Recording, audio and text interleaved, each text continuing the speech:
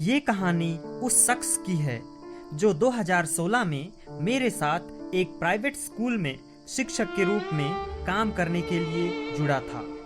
ये वेस्ट बंगाल गंगा सागर से बिलोंग करते थे।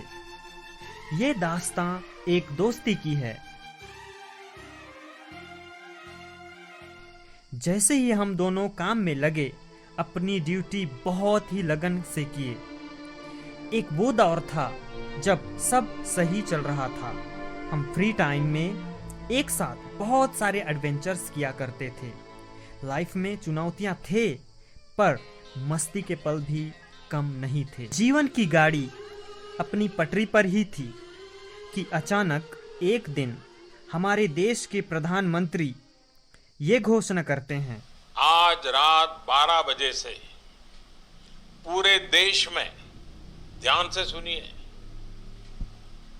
पूरे देश में आज रात 12 बजे से संपूर्ण देश में संपूर्ण लॉकडाउन होने जा रहा। कोविड-19 का दौर फिर स्ट्रगल में धीरे धीरे बदलने लगा। दोस्तों, ये कुछ ऐसा समय था जो एक अजगर अपने शिकार को मुंह से पकड़ तो लिया है, पर यह शिकार छूट जाएगा या फिर अजगर किसी भी वक्त उसे निगल जाएगा। मतलब हम दोनों कोरोना काल के शिकार थे और कोविड-19 एक अजगर की तरह हमें धीरे धीरे निगलता ही जा रहा था। कोविड-19 की दूसरी लहर जब आई, तब हम दोनों पूरी तरह से बर्बाद हो चुके थे। हमारे पास ना खाना खाने के लिए पैसा बचा था, ना ही अपने रूम का किराया भरने, क्योंकि हमारा सारा बचत इस एक साल की कोरोना में खर्च हो चुका था। इसी वक्त मुझे एक कॉल आया। ये मेरे दोस्त का कॉल था। वो अपने हाथ में कोरोना वायरस का पॉजिटिव रिपोर्ट पकड़ा था। वो मुझे अपनी हालत सुनाने के लिए कॉल किया था। वो इस वक्त पूरी तरह टूट चुका था। वो इधर उधर काफ़ी ट्राई किया कि वो अब कहाँ रहेगा। वो था तो वेस्ट बंगाल गंगा सागर का, पर इस कोरोना पॉजिटिव की हालत में घर नहीं जा सकता था। वो अपने रेंटल रूम भी नहीं जा सकता था, क्योंकि उसके और भी रूम पार्टनर्स थे और उन्हें वो कोरोना वायरस से बचाना चाहता था। अब तक उसे एहसास हो चुका था कि उसे होम आइसोलेशन में जाना है, पर वो कहाँ जाए।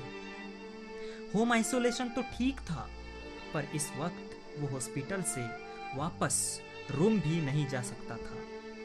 शाम हो चुकी थी, ऑप्शंस नहीं मिल रहे थे। दिल टूटता ही जा रहा था। उसे समझ में नहीं आ रहा था कि वो जाए तो कहाँ जाए। उसने मुझे फिर से कॉल लगाया। मैं अब समझ गया था कि इस वक्त मुझे उसका सहारा देना था।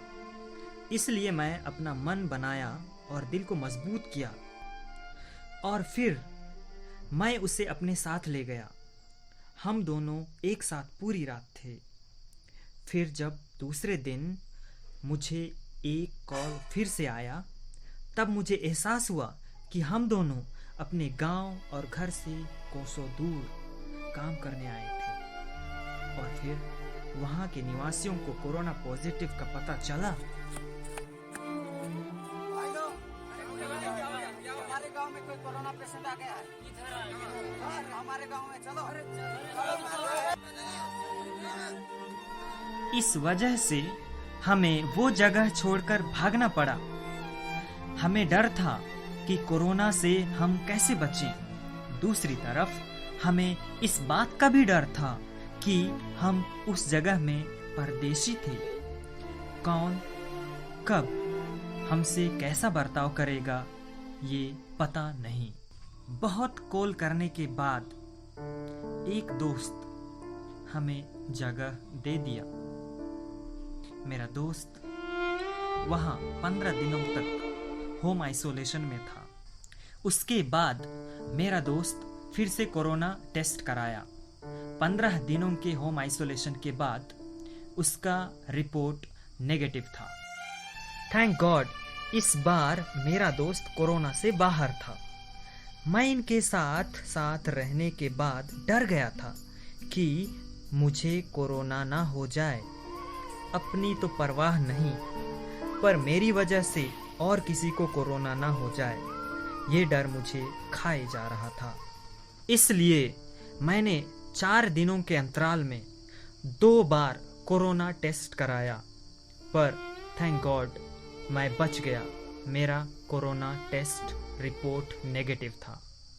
हम दोनों एक तरफ बहुत खुश थे कि हम कोरोना से इस बार बच गए थे, पर दूसरी तरफ दुखी भी थे क्योंकि कोरोना काल में हमारी नौकरी का आधा पेमेंट रोक दिया गया। हमारी जिंदगी इतने में नहीं चल पा रही थी। हम अपना किराए का रूम छोड़ दिए। वो अपने देश को निकले एक नई दुनिया बनाने।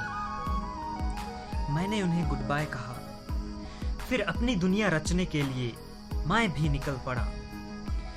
जिसके पीछे मुझे जाना था शायद वही मेरी मंजिल थी।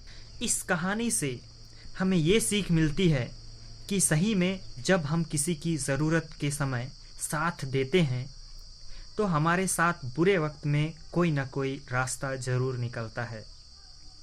दोस्ती करना आसान होता है, पर मुश्किलों में अपने दोस्त के साथ खड़े होना, उनका साथ देना उतना आसान नहीं होता है। तेरे जैसा यार कहाँ ऐसा याराना। Thanks for watching. अगर आपको ये कहानी अच्छी लगी तो लाइक एंड सब्सक्राइब ज़रूर कर दीजिएगा। फिर मिलते हैं अगले स्टोरी में। तब तक गुड बाय।